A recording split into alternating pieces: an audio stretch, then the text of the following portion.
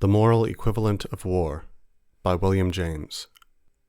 Taken from Representative Essays in Modern Thought, edited by Harrison Ross Steeves and Frank Humphrey Ristine. Published 1913. Editor's Introduction.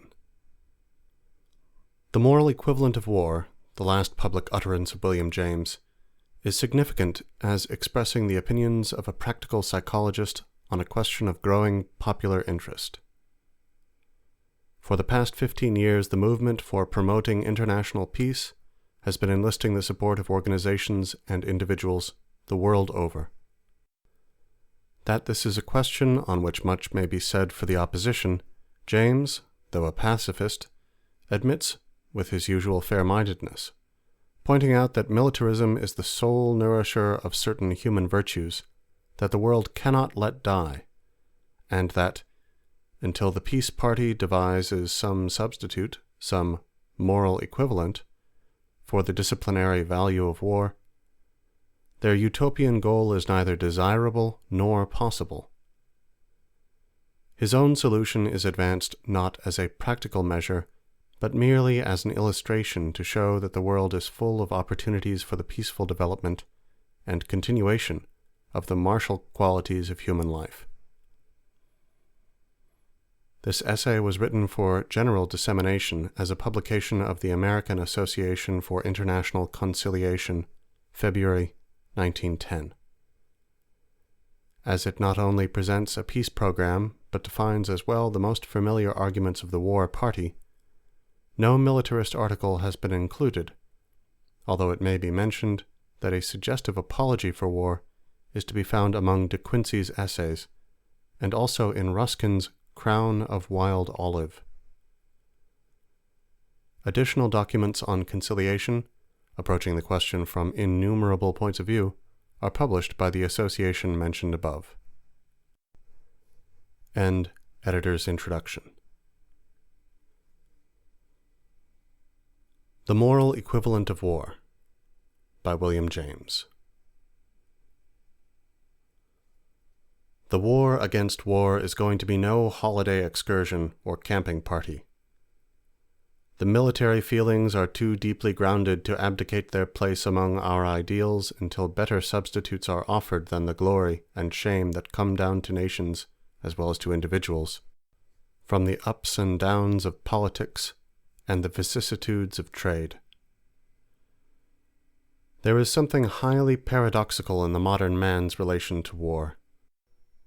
Ask all our millions, North and South, whether they would vote now, were such a thing possible, to have our war for the Union expunged from history, and the record of a peaceful transition to the present time substituted for that of its marches and battles, and probably hardly a handful of eccentrics would say yes. Those ancestors, those efforts, those memories and legends are the most ideal part of what we now own together, a sacred spiritual possession, worth more than all the blood poured out. Yet ask those same people whether they would be willing in cold blood to start another civil war now, to gain another similar possession, and not one man or woman would vote for the proposition. In modern eyes, precious though wars may be, they must not be waged solely for the sake of the ideal harvest. Only when forced upon one, only when an enemy's injustice leaves us no alternative, is a war now thought permissible. It was not thus in ancient times. The earlier men were hunting men, and to hunt a neighboring tribe, kill the males, loot the village, and possess the females, was the most profitable as well as the most exciting way of living. Thus were the more martial tribes selected, and in chiefs and peoples, a pure pugnacity and love of glory came to mingle with the more fundamental appetite for plunder. Modern war is so expensive that we feel trade to be a better avenue to plunder.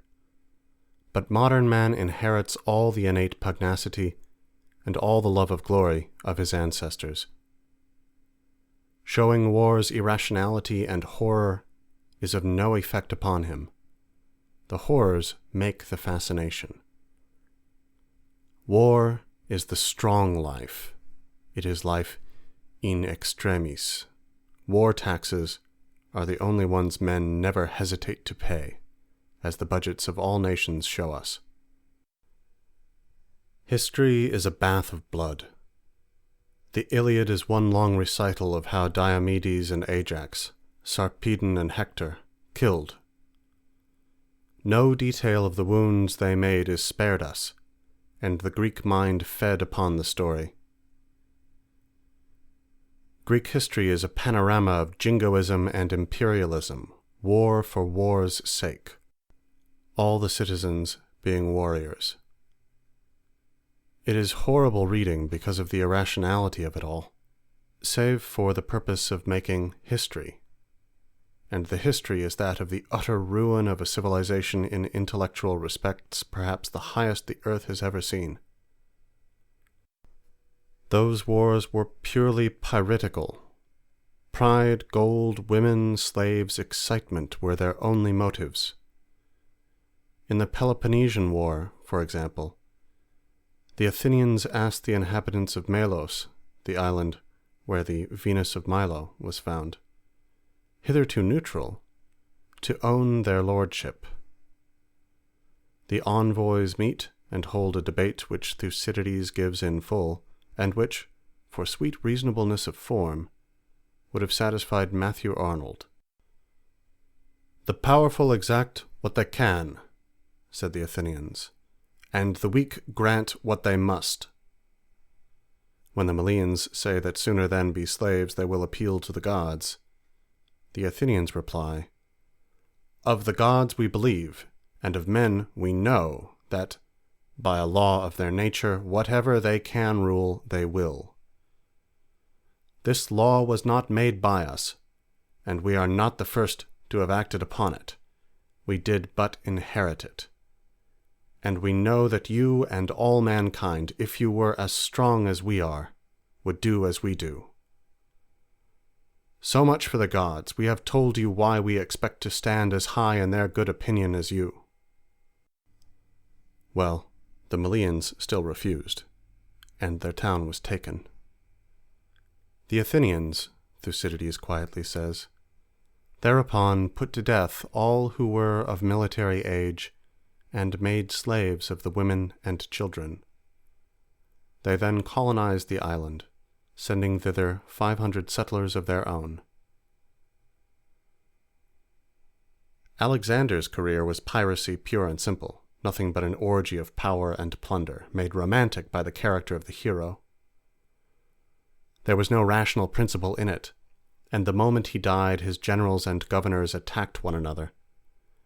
The cruelty of those times is incredible. When Rome finally conquered Greece, Paulus Aemilius was told by the Roman Senate to reward his soldiers for their toil by giving them the old kingdom of Epirus. They sacked 70 cities and carried off 150,000 inhabitants as slaves.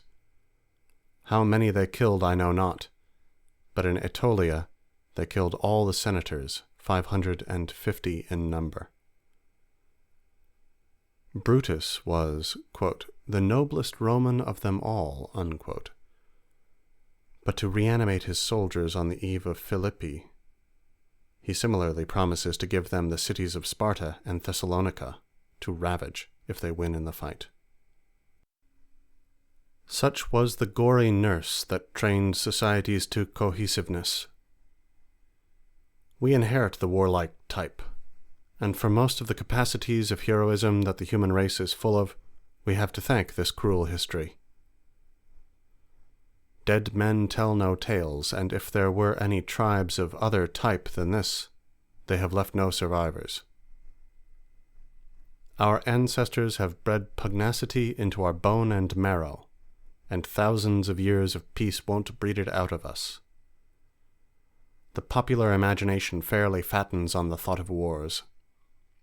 Let public opinion once reach a certain fighting pitch, and no ruler can withstand it. In the Boer War, Both governments began with bluff, but couldn't stay there. The military tension was too much for them. In 1898, our people had read the word war in letters 3 inches high for 3 months in every newspaper.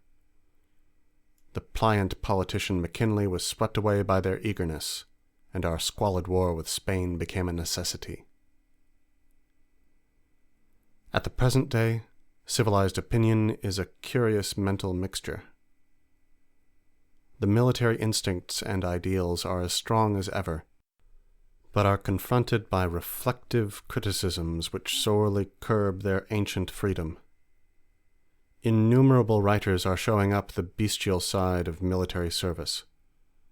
Pure loot and mastery seem no longer morally avowable motives, and pretexts must be found for attributing them solely to the enemy.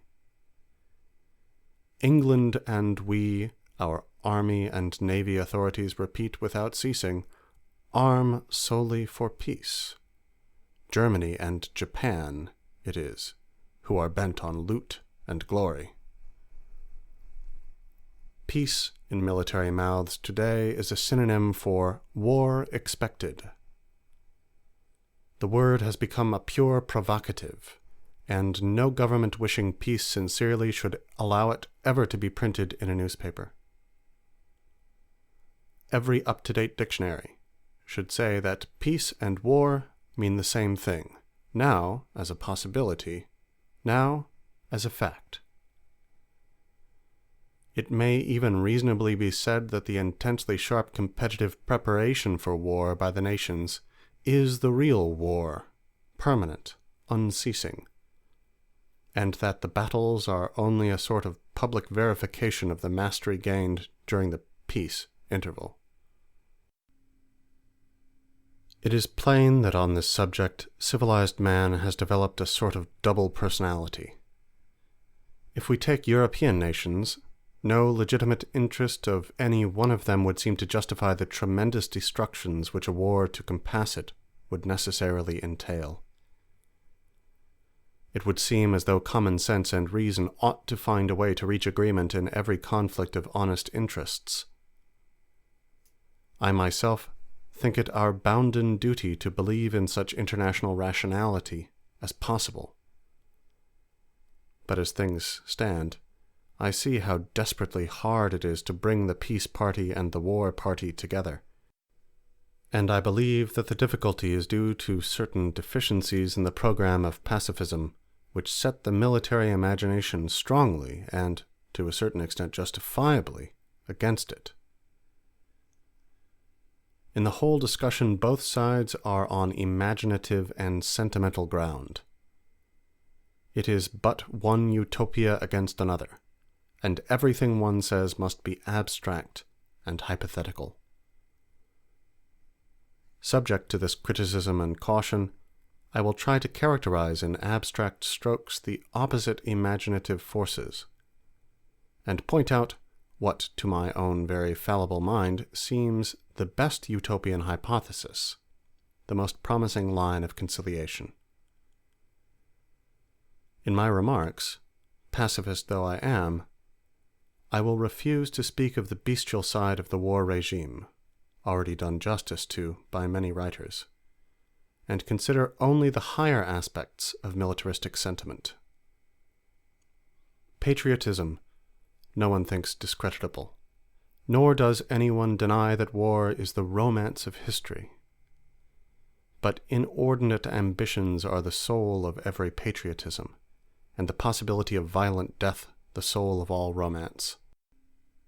The militarily patriotic and romantic-minded everywhere, and especially the professional military class, refuse to admit for a moment that war may be a transitory phenomenon in social evolution.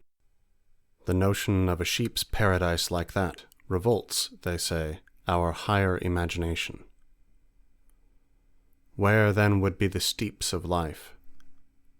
If war had ever stopped, we should have to reinvent it on this view, to redeem life from flat degeneration. Reflective apologists for war at the present day all take it religiously. It is a sort of sacrament. Its profits are to the vanquished as well as to the victor. And quite apart from any question of profit, it is an absolute good, we are told, for it is human nature at its highest dynamic. Its horrors are a cheap price to pay for rescue from the only alternative supposed, of a world of clerks and teachers, of coeducation and zoophily, of consumers' leagues and associated charities, of industrialism unlimited and feminism unabashed. No scorn, no hardness, no valor any more. Fie upon such a cattle-yard of a planet. So far as the central essence of this feeling goes, no healthy-minded person, it seems to me, can help to some degree partaking of it. Militarism is the great preserver of our ideals of hardihood, and human life with no use for hardihood would be contemptible. Without risks or prizes for the darer, history would be insipid indeed, and there is a type of military career which everyone feels that the race should never cease to breed, for everyone is sensitive to its superiority. The duty is incumbent on mankind of keeping military characters in stock, of keeping them, if not for use, then as ends in themselves and as pure pieces of perfection, so that Roosevelt's weaklings and mollycoddles may not end by making everything else disappear from the face of nature. This natural sort of feeling forms, I think, the innermost soul of army writings.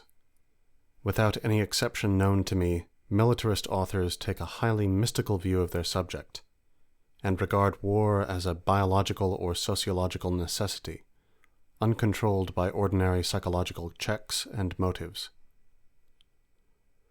When the time of development is ripe, the war must come, reason or no reason, for the justifications pleaded are invariably fictitious. War is, in short, a permanent human obligation. General Homer Lea, in his recent book, The Valor of Ignorance, plants himself squarely on this ground. Readiness for war is for him the essence of nationality, and ability in it the supreme measure of the health of nations. Nations, General Lea says, are never stationary. They must necessarily expand or shrink according to their vitality or decrepitude.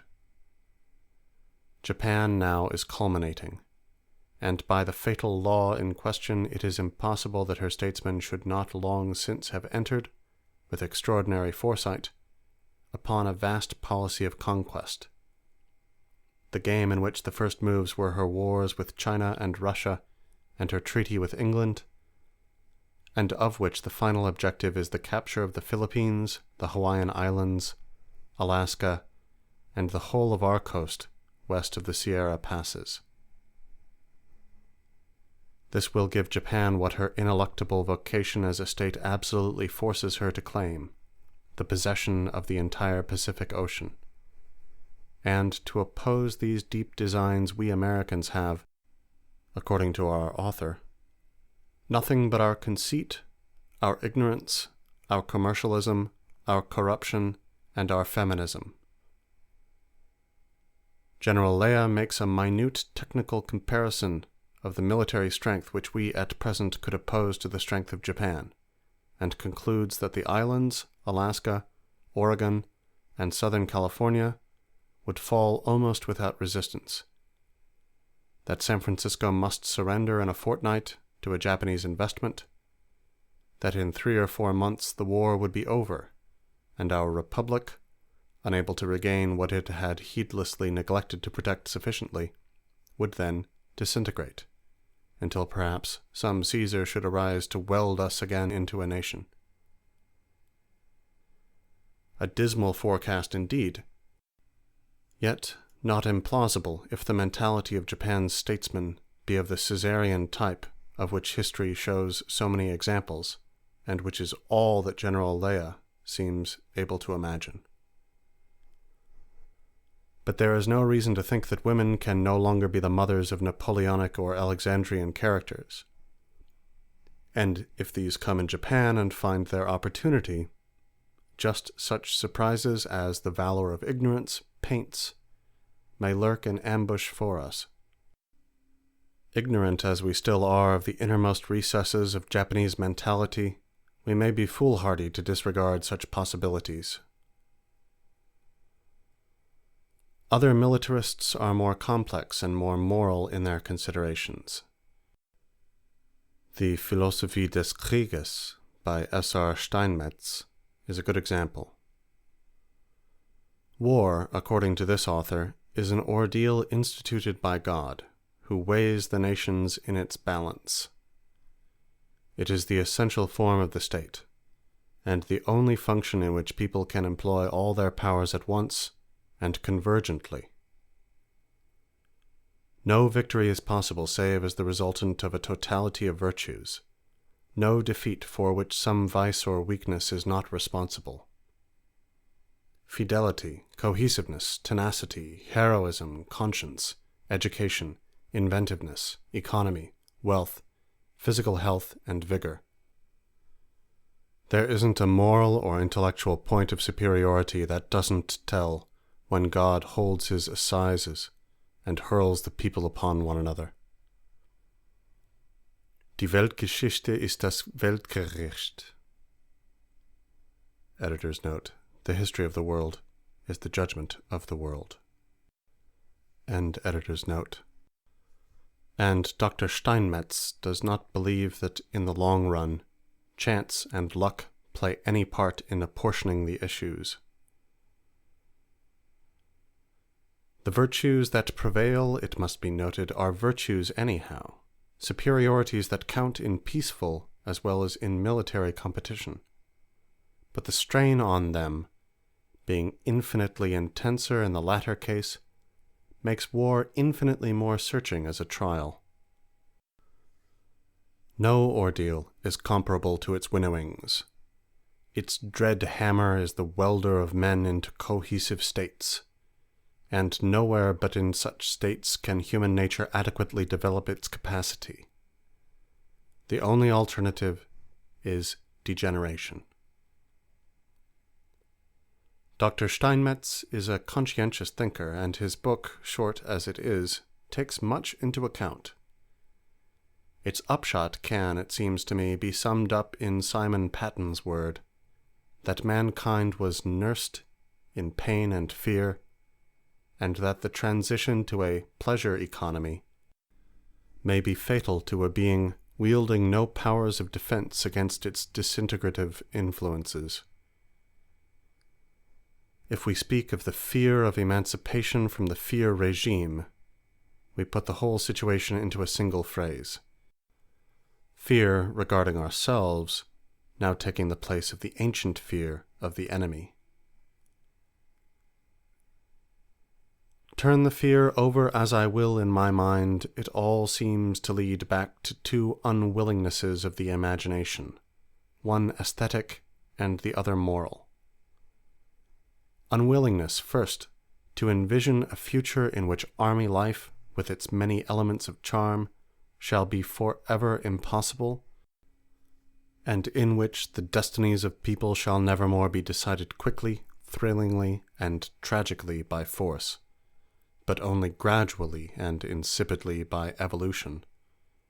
And secondly, unwillingness to see the supreme theater of human strenuousness closed, and the splendid military aptitudes of men doomed to keep always in a state of latency, and never show themselves in action. These insistent unwillingnesses, no less than other aesthetic and ethical insistencies, have, it seems to me, to be listened to and respected. One cannot meet them effectively by mere counter-insistency on war's expansiveness and horror. The horror makes the thrill, and when the question is of getting the extremest and supremest out of human nature, talk of expense sounds ignominious. the weakness of so much merely negative criticism is evident. Pacifism makes no converts from the military party. The military party denies neither the bestiality nor the horror nor the expense. It only says that these things tell but half the story. It only says that war is worth them, that, taking human nature as a whole, its wars are its best protection against its weaker and more cowardly self, and that mankind cannot afford to adopt a peace economy. Pacifists ought to enter more deeply into the aesthetical and ethical point of view of their opponents. Do that first in any controversy, says J.J. Chapman, then move the point, and your opponent will follow. So long as anti-militarists propose no substitute for war's disciplinary function, no moral equivalent of war, analogous, as one might say, to the mechanical equivalent of heat, so long they fail to realize the full inwardness of the situation. And as a rule, they do fail. The duties, penalties, and sanctions pictured in the utopias they paint are all too weak and tame to touch the military-minded. Tolstoy's pacifism is the only exception to this rule, for it is profoundly pessimistic as regards all this world's values, and makes the fear of the Lord furnish the moral spur provided elsewhere by the fear of the enemy. But our socialistic peace advocates all believe absolutely in this world's values, and instead of the fear of the Lord and the fear of the enemy, the only fear they reckon with is the fear of poverty, if one be lazy. This weakness pervades all the socialistic literature with which I am acquainted. Even in Lowes Dickinson's exquisite dialogue, high wages and short hours are the only forces invoked for overcoming man's distaste for repulsive kinds of labor. Meanwhile, men at large still live as they always have lived, under a pain and fear economy. For those of us who live in an ease economy are but an island in the stormy ocean, and the whole atmosphere of present-day utopian literature tastes mawkish and dishwatery to people who still keep a sense for life's more bitter flavors. It suggests, in truth, ubiquitous inferiority. Inferiority is always with us, and merciless scorn of it is the keynote of the military temper. "Dogs, would you live forever?" shouted Frederick the Great. "Yes," say our utopians, "let us live forever and raise our level gradually." The best thing about our inferiors today is that they are as tough as nails and physically and morally almost as insensitive. Utopianism would see them soft and squeamish, while militarism would keep their callousness but transfigure it into a meritorious characteristic, needed by the service, and redeemed by that from the suspicion of inferiority. All the qualities of a man acquire dignity when he knows that the service of the collectivity that owns him needs them. If proud of the collectivity, his own pride rises in proportion. No collectivity is like an army for nourishing such pride, but it has to be confessed that the only sentiment which the image of a pacific cosmopolitan industrialism is capable of arousing in countless worthy breasts is shame at the idea of belonging to such a collectivity. It is obvious that the United States of America, as they exist today, impress a mind, like General Leah's, as so much human blubber. Where is the sharpness and precipitousness, the contempt for life, whether one's own or another's? Where is the savage yes and no, the unconditional duty? Where is the conscription? Where is the blood tax? Where is there anything that one feels honored by belonging to? Having said thus much in preparation, I will now confess my own utopia. I devoutly believe in the reign of peace, and in the gradual advent of some sort of socialistic equilibrium. The fatalistic view of the war function is to me nonsense, for I know that war-making is due to definite motives, and subject to prudential checks and reasonable criticisms, just like any other form of enterprise. And when whole nations are the armies, and the science of destruction vies in intellectual refinement with the sciences of production, I see that war becomes absurd and impossible from its own monstrosity. Extravagant ambitions will have to be replaced by reasonable claims, and nations must make common cause against them. I see no reason why all this should not apply to yellow as well as to white countries, and I look forward to a future when acts of war shall be formally outlawed, as between civilized people. All these beliefs of mine put me squarely into the anti-militarist party, but I do not believe that peace either ought to be or will be permanent on this globe unless the states specifically organized preserve some of the old elements of army discipline. A permanently successful peace economy cannot be a simple pleasure economy. In the more or less socialistic future towards which mankind seems drifting, we must still subject ourselves collectively to these severities which answer to our real position upon this only partly hospitable globe. We must make new energies and hardihoods continue the manliness to which the military mind so faithfully clings. Martial virtues must be the enduring cement.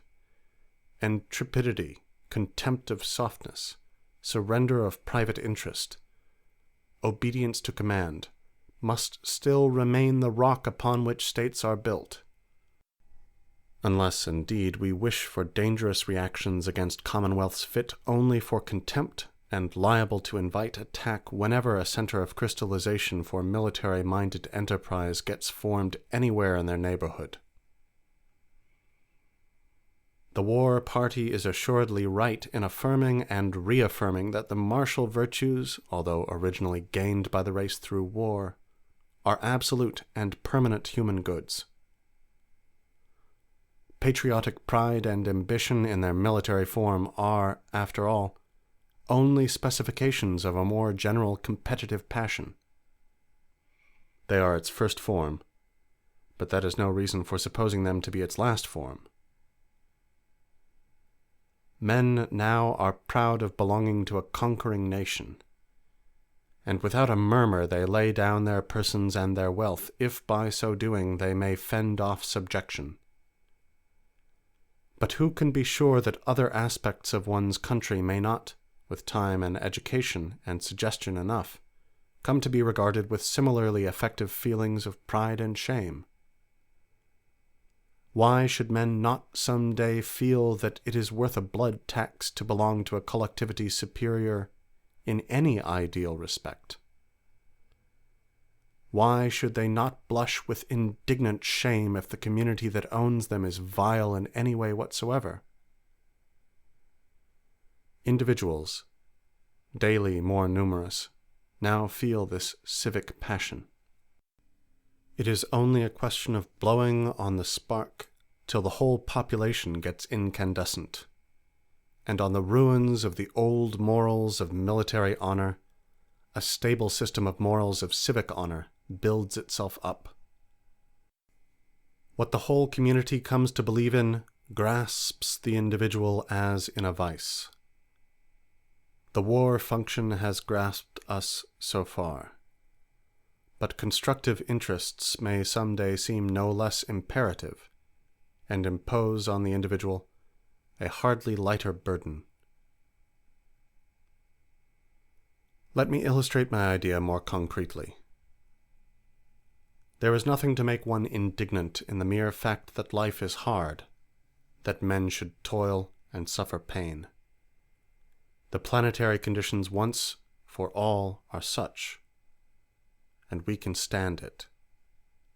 But that so many men, by mere accidents of birth and opportunity, should have a life of nothing else but toil and pain and hardness and inferiority imposed upon them, should have no vacation, while others natively no more deserving, never get any taste of this campaigning life at all.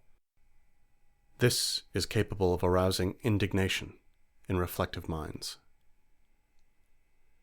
It may end by seeming shameful to all of us that some of us have nothing but campaigning, and others nothing but unmanly ease.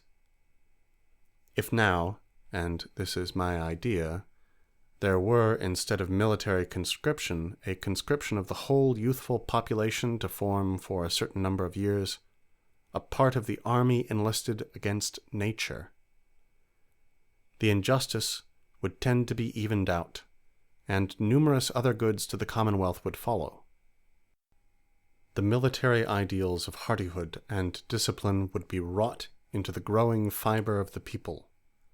No one would remain blind, as the luxurious classes now are blind, to man's real relations to the globe he lives on, and to the permanently sour and hard foundations of his higher life. To coal and iron mines, to freight trains, to fishing fleets in December, to dishwashing, clothes washing, and window washing, to road building and tunnel making, to foundries and stokeholes, and to the frames of skyscrapers would our gilded youths be drafted off, according to their choice, to get the childishness knocked out of them, and to come back into society with healthier sympathies and soberer ideas. They would have paid their blood tax, done their own part in the immemorial human warfare against nature. They would tread the earth more proudly.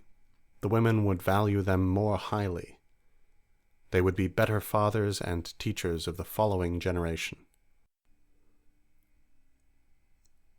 Such a conscription, with the state of public opinion that would have required it, and the many moral fruits it would bear, would preserve in the midst of a pacific civilization the manly virtues which the military party is so afraid of seeing disappear in peace. We should get toughness without callousness, authority with as little criminal cruelty as possible, and painful work done cheerily, because the duty is temporary, and threatens not, as now, to degrade the whole remainder of one's life.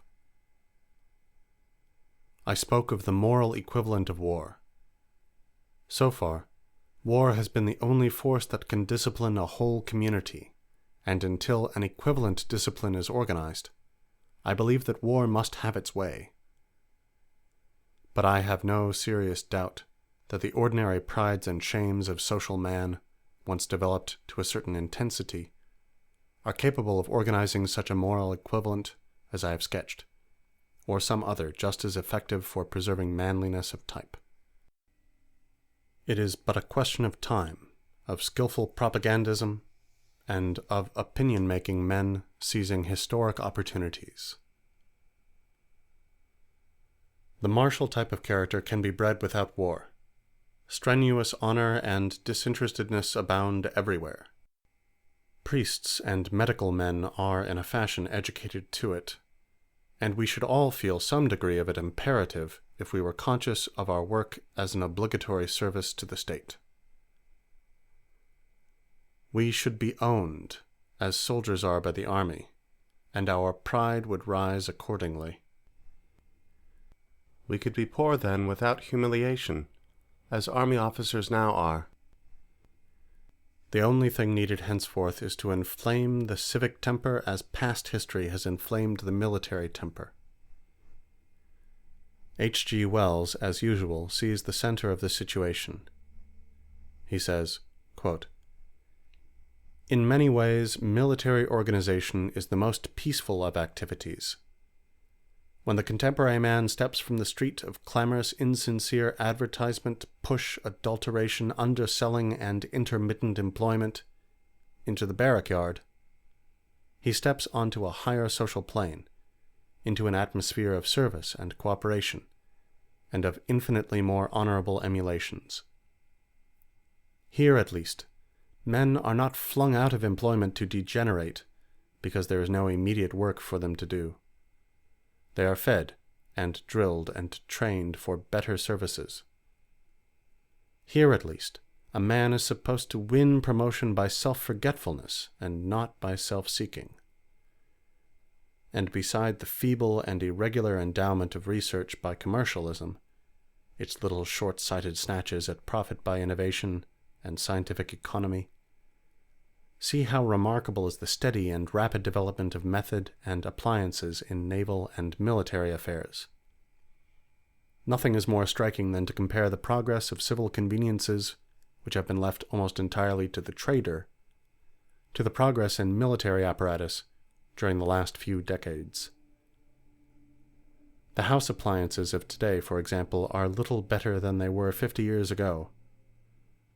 A house of today is still almost as ill-ventilated, badly heated by wasteful fires, clumsily arranged and furnished as the house of 1858.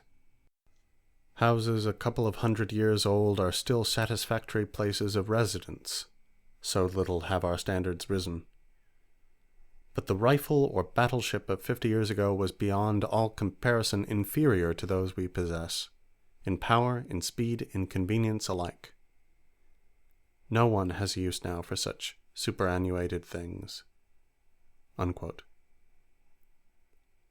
Wells adds that he thinks that the conceptions of order and discipline, the tradition of service and devotion, of physical fitness, unstinted exertion, and universal responsibility, which universal military service is now teaching European nations, will remain a permanent acquisition when the last ammunition has been used in the fireworks that celebrate the final peace. I believe as he does. It would be simply preposterous if the only force that could work ideals of honor and standards of efficiency into English or American natures should be the fear of being killed by the Germans or the Japanese. Great indeed is fear, but it is not, as our military enthusiasts believe and try to make us believe, the only stimulus known for awakening the higher ranges of men's spiritual energy. The amount of alteration in public opinion which my utopia postulates is vastly less than the difference between the mentality of those black warriors who pursued Stanley's party on the Congo, with their cannibal war cry of meat, meat, and that of the general staff of any civilized nation. History has seen the latter interval bridged over. The former one can be bridged over much more easily. End The Moral Equivalent of War by William James. This recording is in the public domain.